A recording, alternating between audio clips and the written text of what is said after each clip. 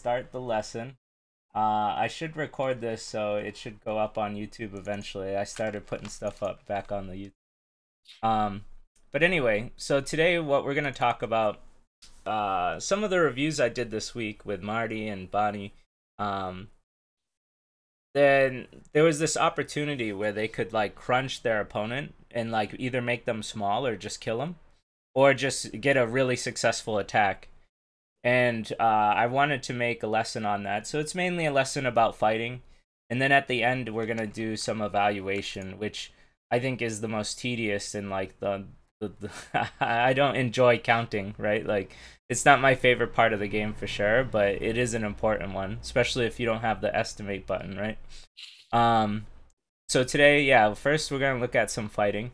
And I'll ask some questions in some of these games. The first two, I think I'm just going to show some examples. So apparently I had a really good week, and it was all due to fighting, and so I want to just show you some examples. So in this case, because there's a weakness with these two stones, and then this stone will become weak because it's facing a large white wall here, right? White has all its friends here. In this stone, it feels a little weak right now, even though white also feels weak. So this was like a conflicting battle. I wanted to try this cut to harp on this weakness, and then come over here to hit this one. And then as I did, I hurt these stones, continued to try and hurt these stones. And then once I connected, this area has become compromised for black, and black has to run, and I gotta run. And so this is an even fight, but with white being so strong here, this became a huge advantage for me. And after all is said and done, I was able to hem black in and seal black in here.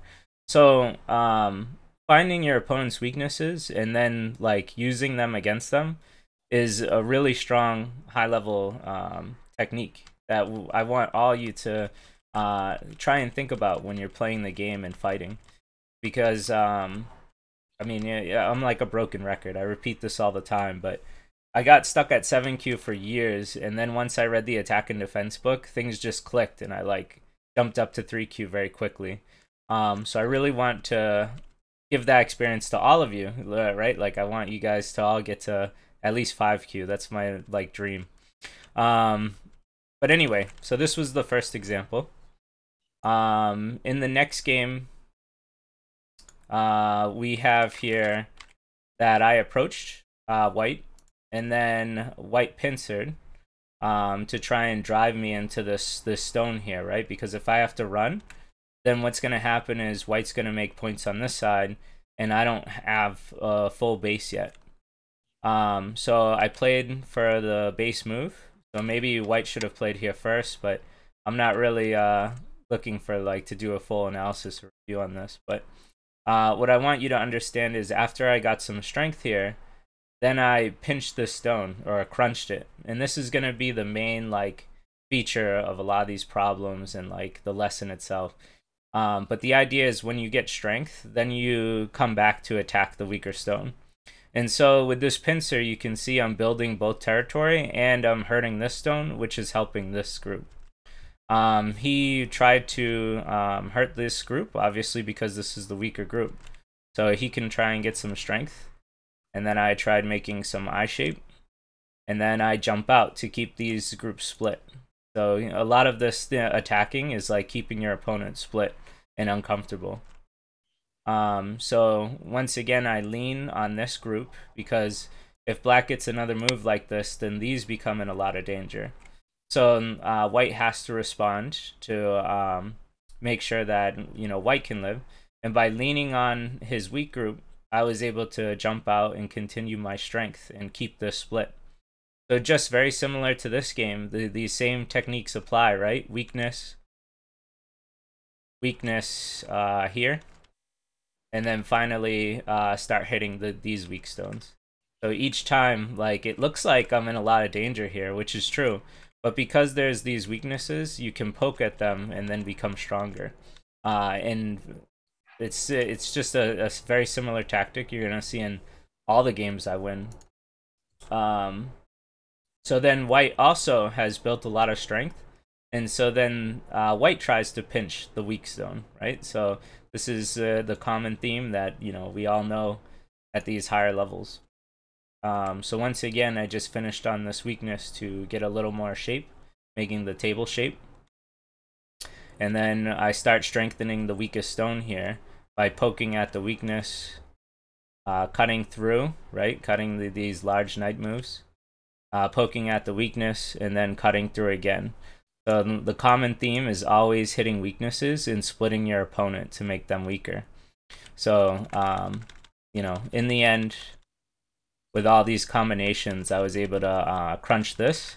And it got dicey. I will say every game that I won by these like big captures where, when you're trying to attack something, you have to be very careful to make sure to live or that you will be able to kill. So this strategy won't always work if you're too aggressive, but you have to have a nice balance of attacking and defense. Michael, can you back up a minute and tell me why he can't go through at 11p? 7p here.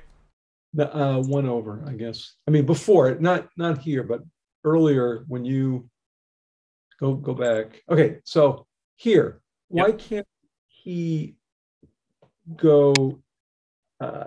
Well, I was thinking one over there.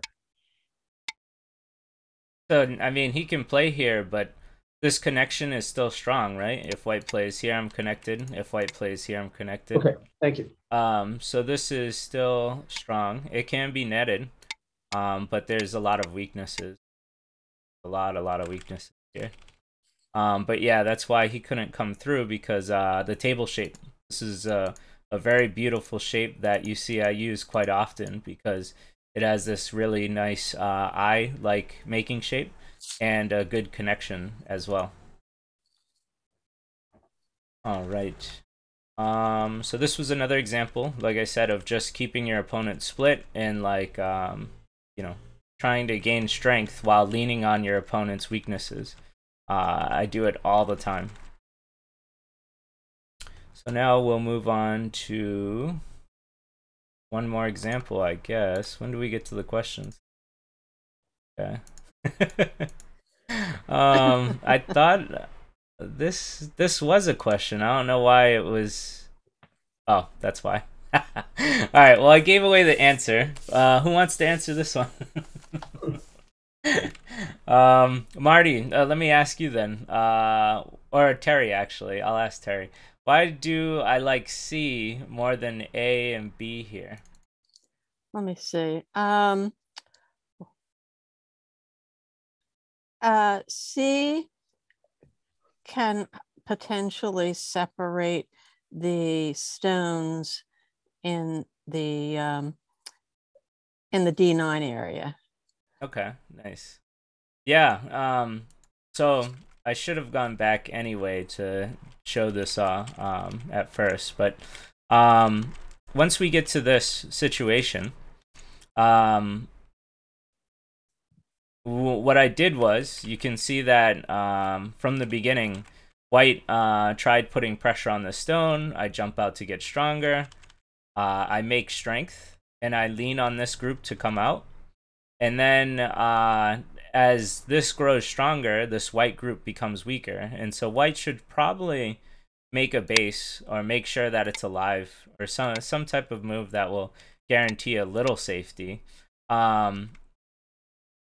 Maybe something like this. This looks like a nice combination for making a base and having the option of running out. But instead, white played over here, which then allowed me to get my next move out here. And so you can see I'm crunching these stones. And so they're not going to make a lot of territory, and they become very vulnerable. So just like Terry said, this would be my first instinct. Maybe it's not the best move because white sure does look pretty tough here. But by trying to at least continuously keep A and B split, B is going to become weaker. And whether it lives or not, I'm going to be able to make influence on the outside, which will hurt this area. Because when I look here, this is white's breadbasket, right? This is its biggest area, or moyo. And so by splitting here, now we start a fight that's going to just be advantageous to me. At this time, we were in a running battle, and if you remember a lesson from a couple of weeks ago, how important it is not to get hit on the head of 3 stones, especially when you're both racing. But he had to care about this weakness, which, you know, I might argue that he didn't have to. I think this would be more valuable. But anyway, once he cared about this, I was able to hit the head of 3 stones, crunch down his territory to like nothing, and then have all this influence here while attacking this group. So you'll find how important attacking is. And whether I can kill this or not, which I didn't kill it, you can see I ended up getting a ton of influence in a huge moyo just by attacking this. Admittedly, it got really dicey down here, but I was able to make my 2 eyes, and that was pretty much it. Like, this game was, I wouldn't say guaranteed my win, but I did win after all was said and done. We'll move on to the next example, and it looks like I'm just keep giving away all the answers, so I set this up wrong. It's because the first 4, I wanted to teach you guys evaluation as well, so I kept it on the evaluation button instead of the answer button. But let me ask someone else then. Marty, now you're on the chopping block. Why does B why is B the answer out of like the C and A? Well, Michael, you know, if I were counting, I would say B is a small move. It's got 4 points, whereas C, or I mean, actually, I would choose C, even though I know that B is the answer. Okay, so we can talk about this. So for C admittedly is trying to get more points, right? So this would be actually 6 points of value if black plays here, and then this would be trying to get at least 9.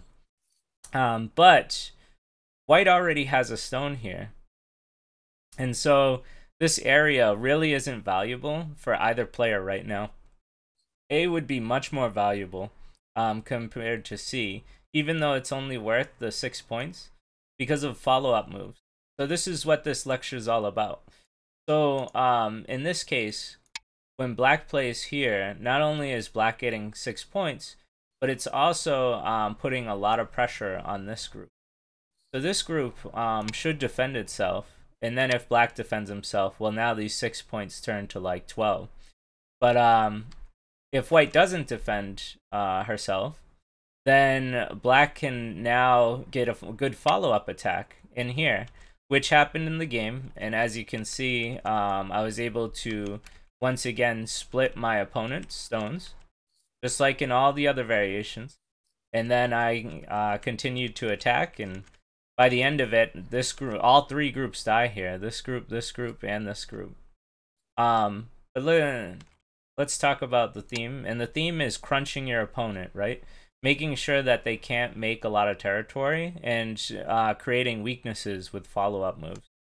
So A down here does prevent black from getting crunched. We can see the difference that if white played here, white could gain more territory and crunch black. And so this becomes now kind of dangerous for black, right?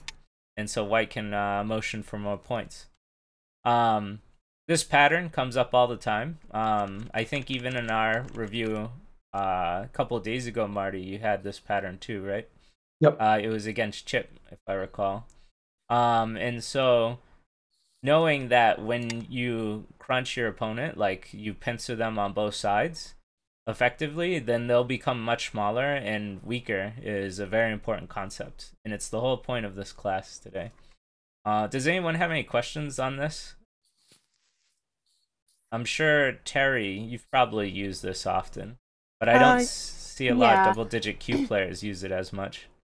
Well, I do see that H17 does either require white to respond or put white in a position where there's a potential problem for white. So yeah, I don't necessarily deal well with that invasion myself when it happens to me. So, I need to study it more. Yeah, so there's a few ways to go about it. I think this is really one of the only correct ways. You probably could get away with this too, But usually you want to attach on top. Black will play over. Black gets the free connection. And then white gets Sente. And so white lost its base. But white has kept all its stones connected. And so it shouldn't have too much of an issue of living. It's just that white lost its base. And so now has to, you know, live with the consequences. If white tried to do a diagonal, it gets very messy because black can kind of connect on either side at this point. If white obviously just fixes its weakness, black can connect under.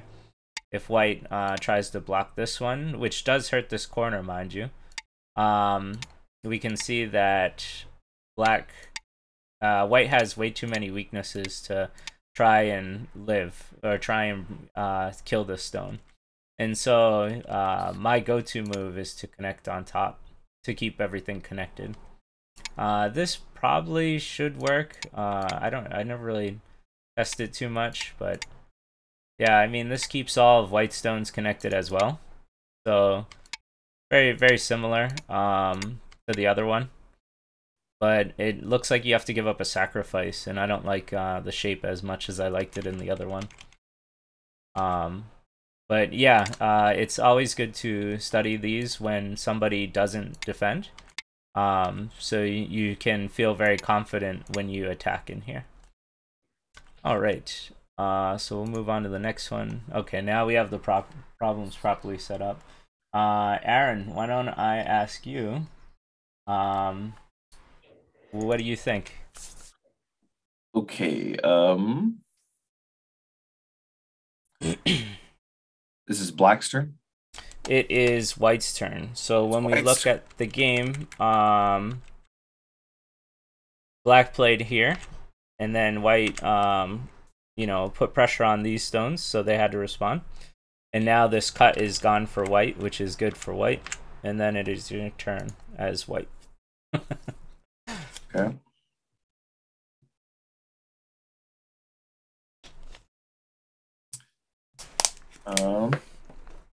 I'm gonna say B. B looks pretty good. Okay. So this would threaten, you know, the under connection. Mm-hmm. And then maybe you'd play something like this. This isn't too bad. I wouldn't say it's a bad move, but it's not what I played. Can you guess what I played? You played A. That's right. Why A? Well, I that kind of pushed the pressure on the group just to the right of A. Yes, that's right. So I have a lot of strength here, right? I don't have to worry about dying or getting cut or anything like that.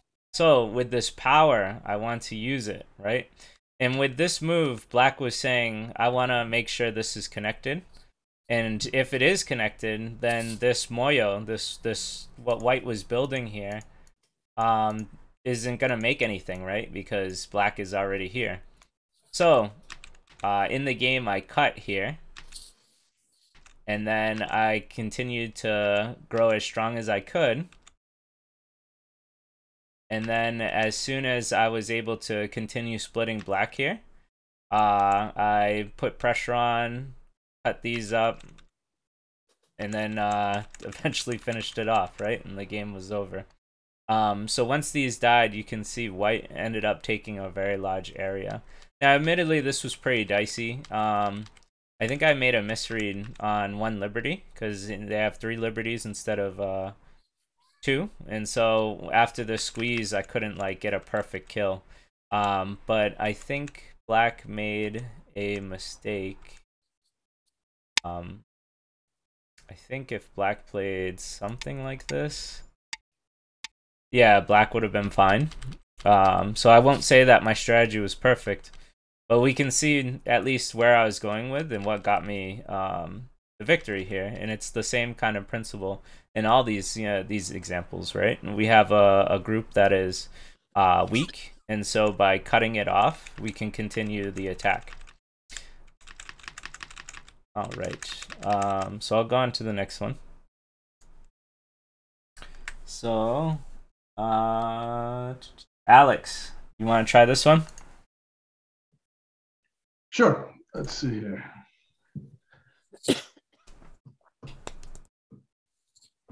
Oh man.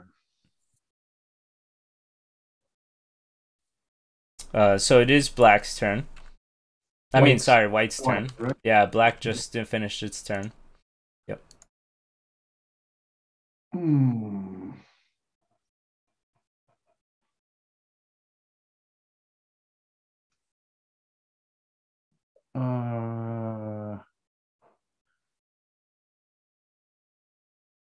Geez, I like the splitting move. I guess, hey. Okay.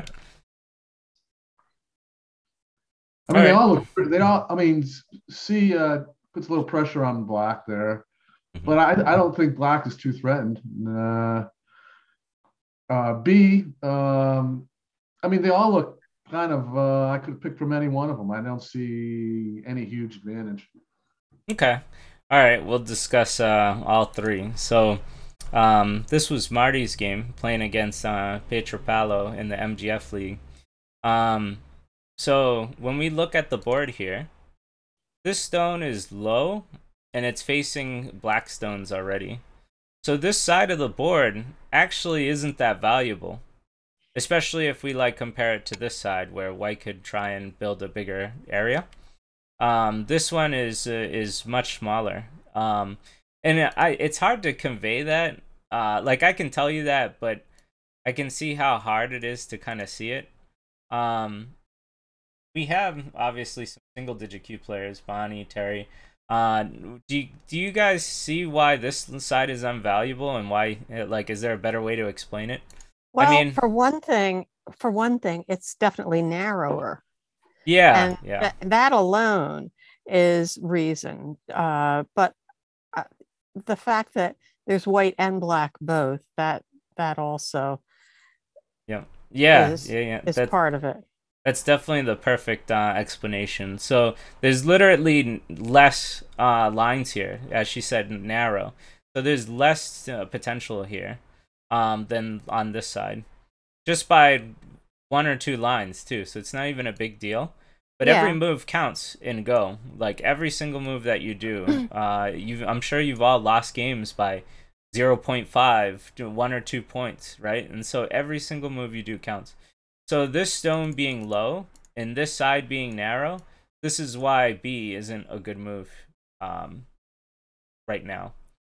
For A, over here, this move is between 2 black stones, so you can expect that it's not going to make a lot of points. So the only thing that it's doing right now is just breaking up this area, which means it's only doing one thing.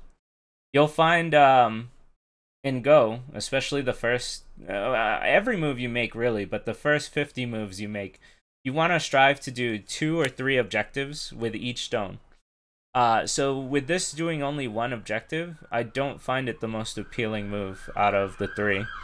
And finally with C, this one crunches this group. And so not only is it helping white builds, but it's also creating lots of weaknesses between these stones. So if black plays, let's say any one of these moves, right? And white comes through, right? White can cut through here, no problem. This now becomes a very weak group that is going to have to run away to like make eyes, right? It's going to have to do something to expand itself and bubble out. And while it does, you can see white can build large amounts of territory on both sides of the territory, right? The area. So creating these weaknesses and crunching your opponent and opening up these weaknesses makes it much more difficult for black and a lot easier for white. You could probably jump in any which way because you'll always have like 2 ways to connect, and so by splitting these stones it makes black very uncomfortable. So this would be my preferred move out of the 3. Do you have what any if questions? black responds with c6?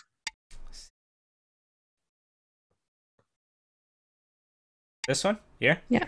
Mm-hmm. So when white comes out, maybe I would just jump first, or maybe I would attach to try and keep stronger, right? So let's say I play something like this. You can continuously keep black weak by keeping black split. Like, does this these aren't your responses, but does this look good for black if like black responded like this? No.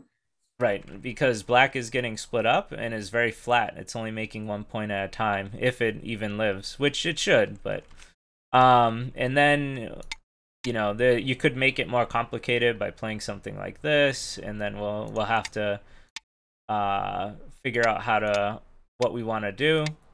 But it can get pretty complicated. But still, I think white looks fine in this situation. White still has a lot of ways to push and attack these stones. Like, I don't think black would be able to outlive white here.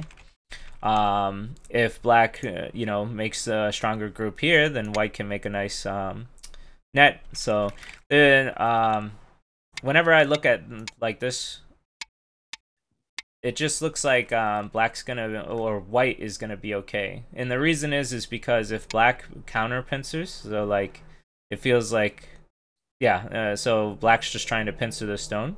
It's already between two white stones and it's white's turn. So white should get the advantage. Does that make sense? Yeah. I was worried that I would have to be defending the corner and a weak group at the same time, but now I see that that's not necessarily the case. Yeah, and what you have to remember too is this fourth line stone isn't about the corner, right? Because if I cared about the corner, I would have played here, or here, or here, right? So when you're on well, I didn't play this game, so I shouldn't say that. But when you're on the fourth line, you don't care about the corner right now. You're more concerned about expanding to C or expanding to A. So yeah, when anybody tries to split you, just understand that you have quite an advantage because they're already between your stones. You just have to find the right variations and stick to your plan of keeping black weak. And after all is said and done, no matter what formation comes out of it, usually this will get stronger, which makes this group much weaker. And this still is weak until it becomes settled. I'll try and, if you have more questions like this on the other boards, we can try and go over some variations too.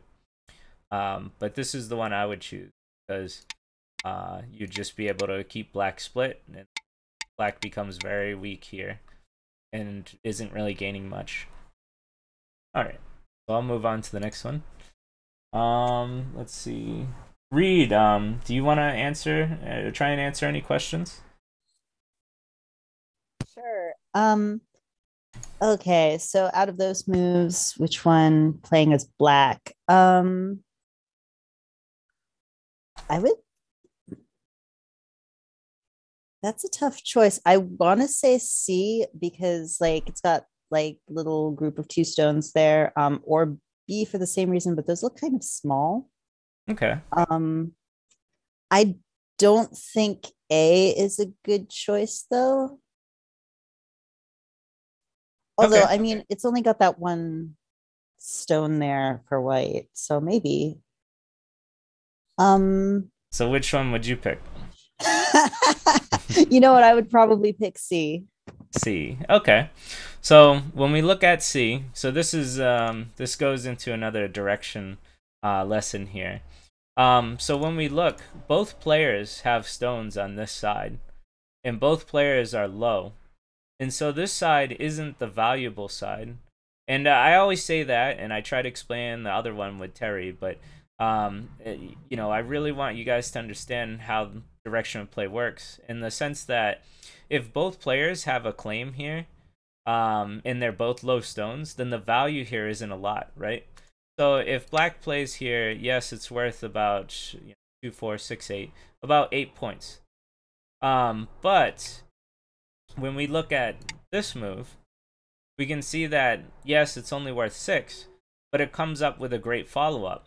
Just like the other game, where, if black gets the move here, then white's going to get split apart or is going to be connected but undercut. So let's just go a little further with this. So if white defends, which white normally does, and black makes one more move to follow it, this box has become much more significantly bigger. And we can see that we're getting 3, 6, 9, 12 points. So this move not only, it hurts white, which is doing its first objective. It's also building territory, which is the second objective. So it's doing two things at once, and it's building 12 points. Whereas this move is only doing one objective. It's essentially just expanding off this group, and this is the wrong direction for the group, because this doesn't make like a large box similar to the other one, and so it's worth less points. And it has less objectives. Does that make sense so far? Makes sense to me. I think so. Okay. So, just like the theme of this lecture, crunching your opponent and making sure they stay small is very valuable because you're accomplishing two things at once. You're expanding while attacking. And then finally with A is okay. I think A is very playable. It hurts white, and so if white, does something like this, maybe you could do the old school way and placing it something like that. You could attach under. Or you could just leave it alone because this stone is very flexible. And so that's why I like B the most. In the game, white played here, and if white played there, immediately I would probably just come in here and start trouble to make this uncomfortable. But yeah, I mean, that's the explanation. So when I see these two stones, they're like a wall. And so their development, the way they can make the most points is this way, not this way. So I hope that helps. I'll move on to the next one. And Rome, do you want to try answering a question? Yeah, absolutely. Is it Rome or Romy? Rome, Okay. yeah. Rome. Yeah. All right. Black to move. All right.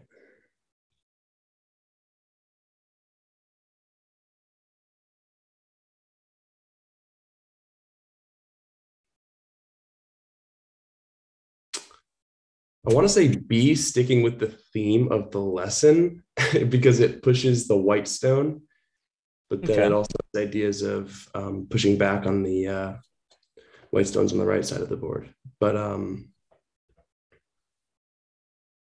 don't know if there's something more pertinent to defend on the right corner already. I'm not sure. Okay. So in the game, this is where Bonnie played, and it is wrong. So let's find out why, right?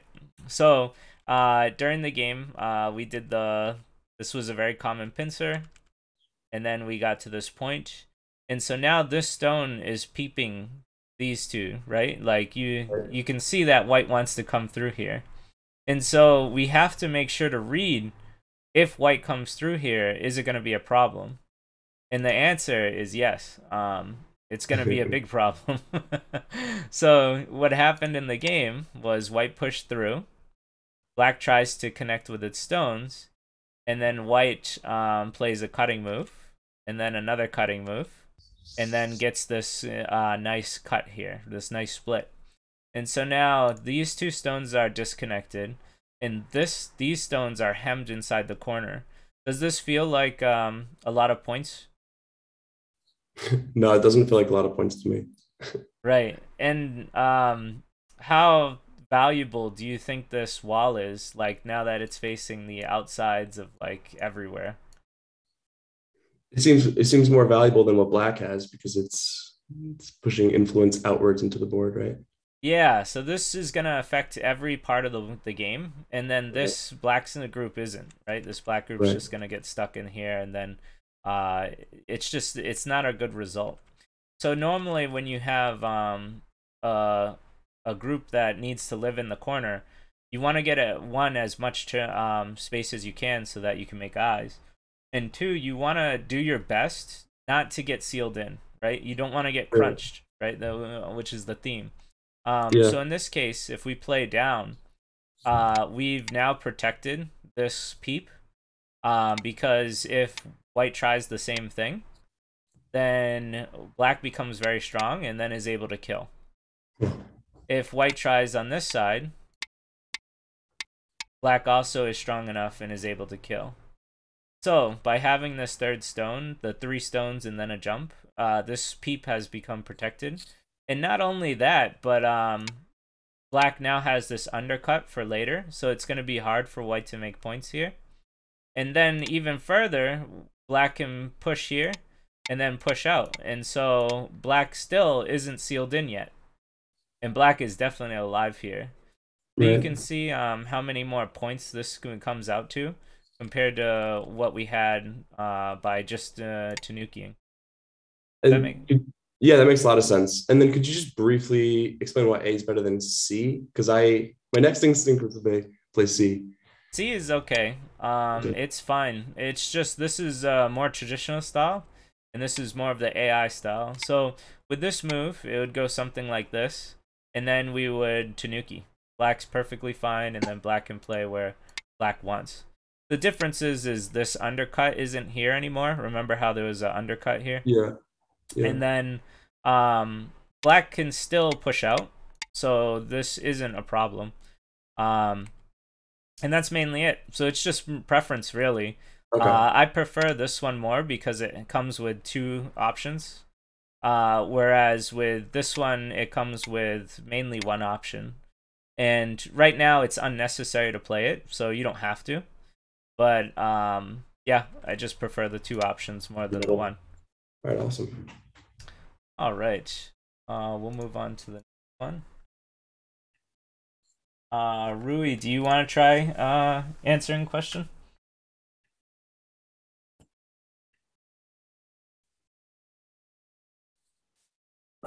Maybe they're AFK. So I guess I'll go back to Harry. Or Bonnie, I haven't asked you anything, right? You haven't. Okay, Bonnie. This is a question on white's side. What do you think white's best move is here?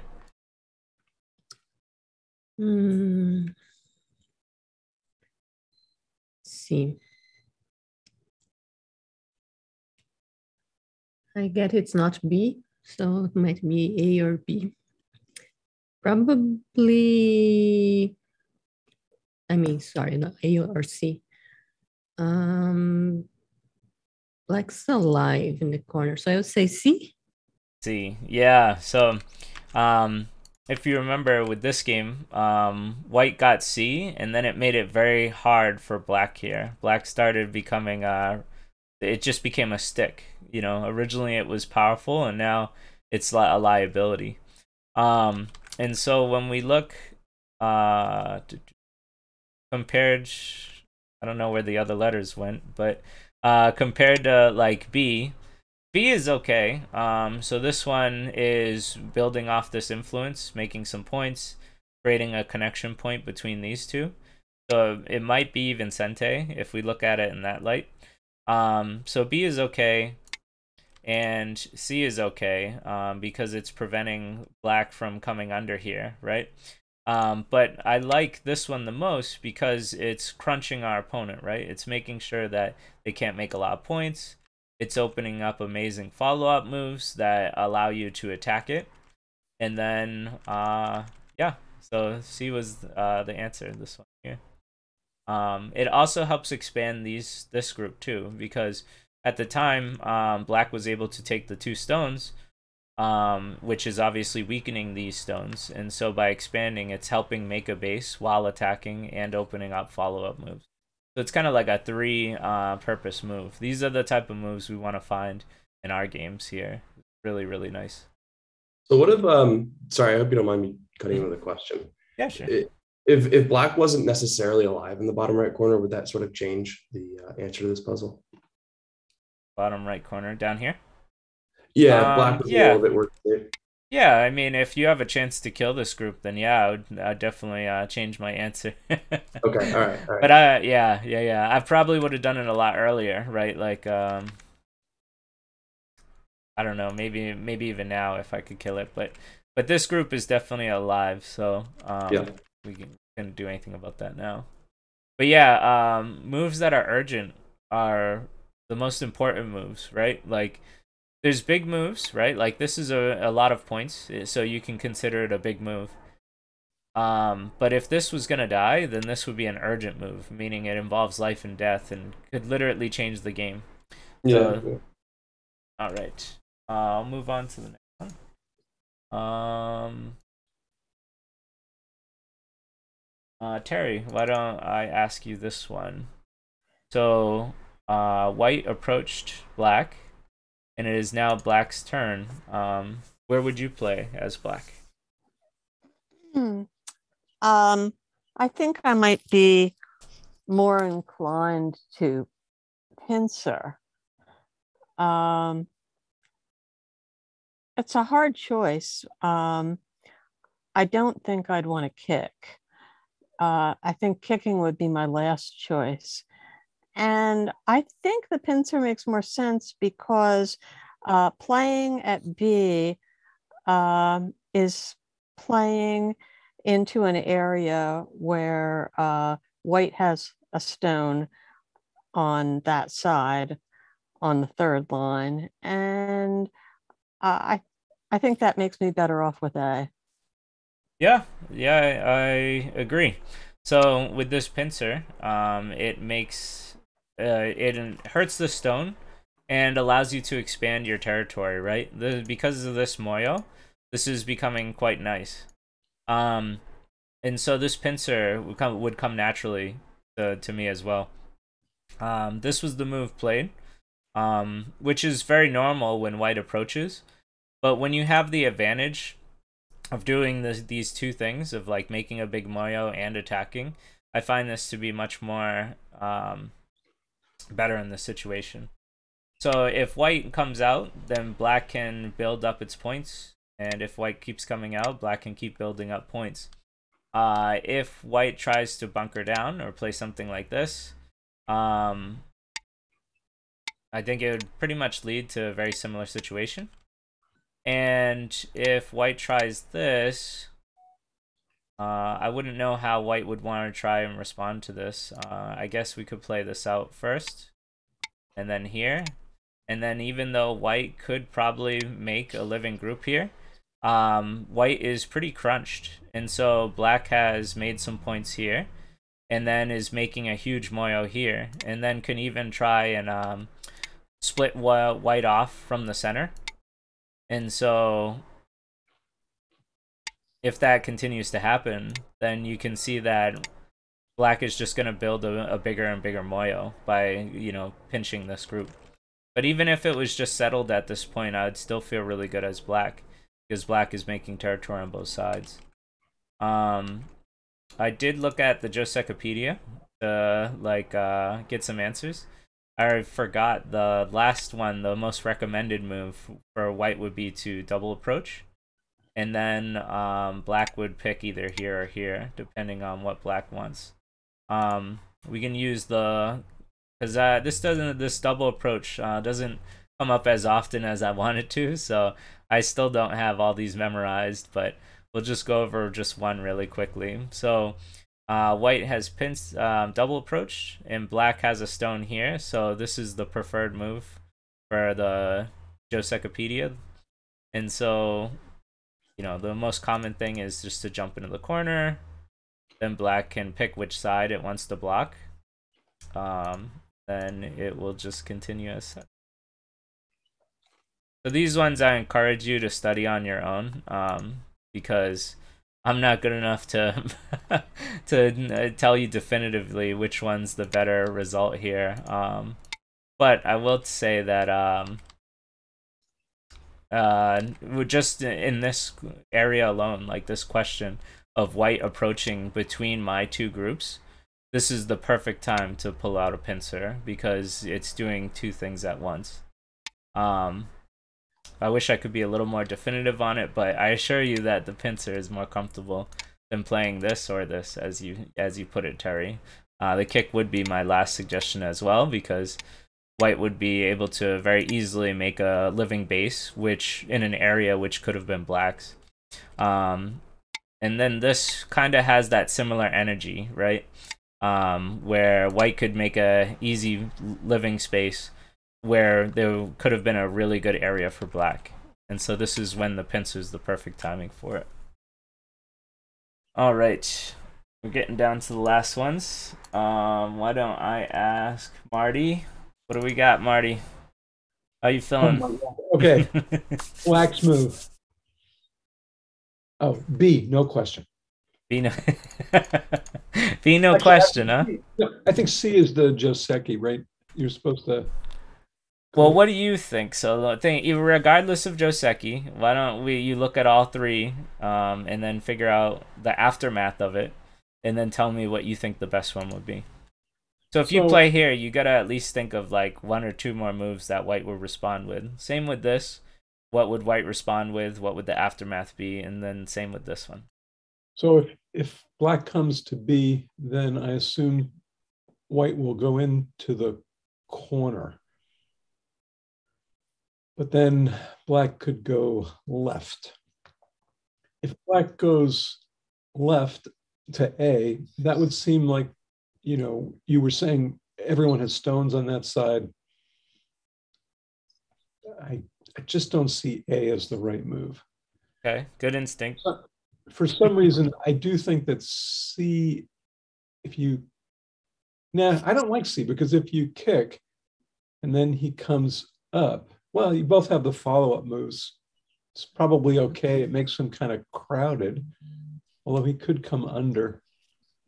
Michael, I still like B. Okay. So this was a semi trick question. But I still think B is good. So the reason I wouldn't pick B, if I was playing the game, I would have picked C. But the reason I wouldn't pick B, yes, B is crunching white, and yes, B is expanding this territory greatly. There's no doubt about it. But what this does is it makes white a very, very comfortable living space. And then black has to now make a follow-up move in Gote, meaning that white now gets Sente, and white can play, I don't know, here, or maybe some attachments, who knows. But white can now take Sente, which can really work to break up this area. So the reason I don't like B in this case is because it just allows white a very easy living space, and then you have to go into Gote. So that's why I don't like it, even though it looks so similar to all the crunching examples we looked at. When we pick with C, yes, we need one more follow-up move. So technically, we still go into Gote. But this is a very nice corner area. I mean, it's like 1, 2, 3, 4, 5, 6, 7, 8. So like 16 points, if not a couple of extra. And white has a very small group. Yes, it can expand or live or just Tanuki. But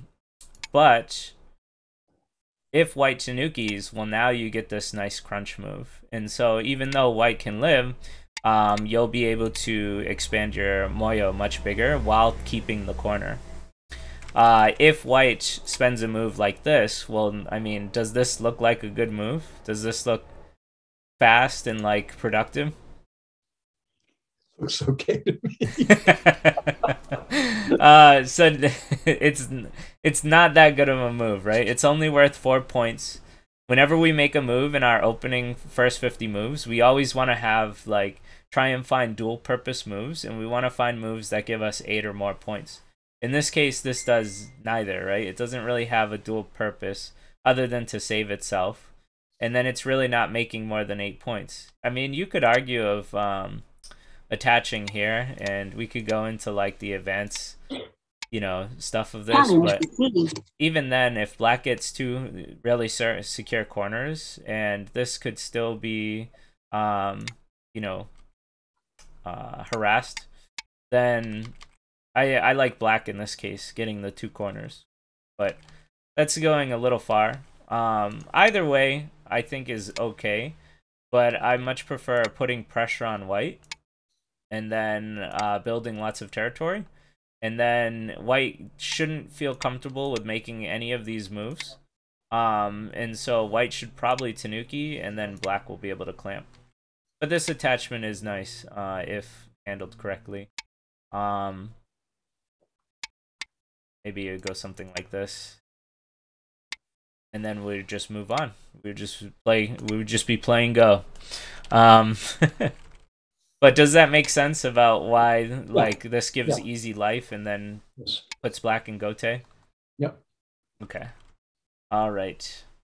So I did like that you answered very quickly, and then you had to think about the aftermath, because I'm sure in all of your games, everybody here, like, they get lazy and they don't want to read, and then they just play what looks good, right? But we should definitely not be doing that if we're taking our game seriously. If it's a blitz game, fine. But if we're taking our game seriously, please read through each of your follow-ups. Like, look through every single move that looks good to you, and then like make sure the aftermath is what you want it to be. This will definitely improve your Go significantly. It doesn't matter what level you are, people get lazy, and so I highly advise always looking at the aftermath. All right, we're finally at the last example. Aaron is still with us, so I'll ask Aaron. All right, okay. You got 3 minutes and then you gotta go, right? Yeah. So let's see if you can finish it off strong. And it's black or it's black. It's black. A. Okay. Did you read the aftermath of each move? No. All right. C.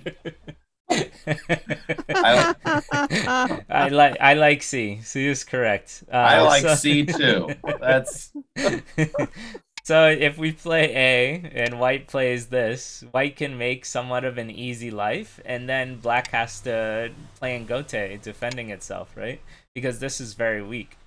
So when we look at C, this not only attacks this group, but also fixes this one. And so this is a nice dual purpose move that feels really good in this situation.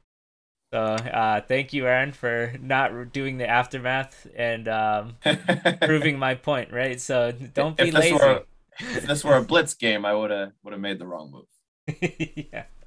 So I hope all this helps. I do have a little bit of a secondary lecture. If you guys want to try it, it's my worst hated subject, but it is trying to evaluate and count stones. So if you want to try this, I would love to hear your answers and talk about it. So if you plan to go, now is the time to go. But if you want to stick around, my question is, if we evaluate these groups, what territory count do you have for black, and what territory count do you have for white? I have the answers here, but I'll discuss that after a few moments. I'll give you guys a few minutes. And if you want, you can write what you think in the chat. So you can write black, I don't know, I'm just making up a number. Black has 50 and white has 30, right? And then you can write in the little chat, and we'll see what you guys get. And then I'll explain how I count and why I count. And I think I'm gonna end the recording here too, because I'm sure waiting for 3, 4, or 5 minutes would be boring for an audience. So I'll end the recording here.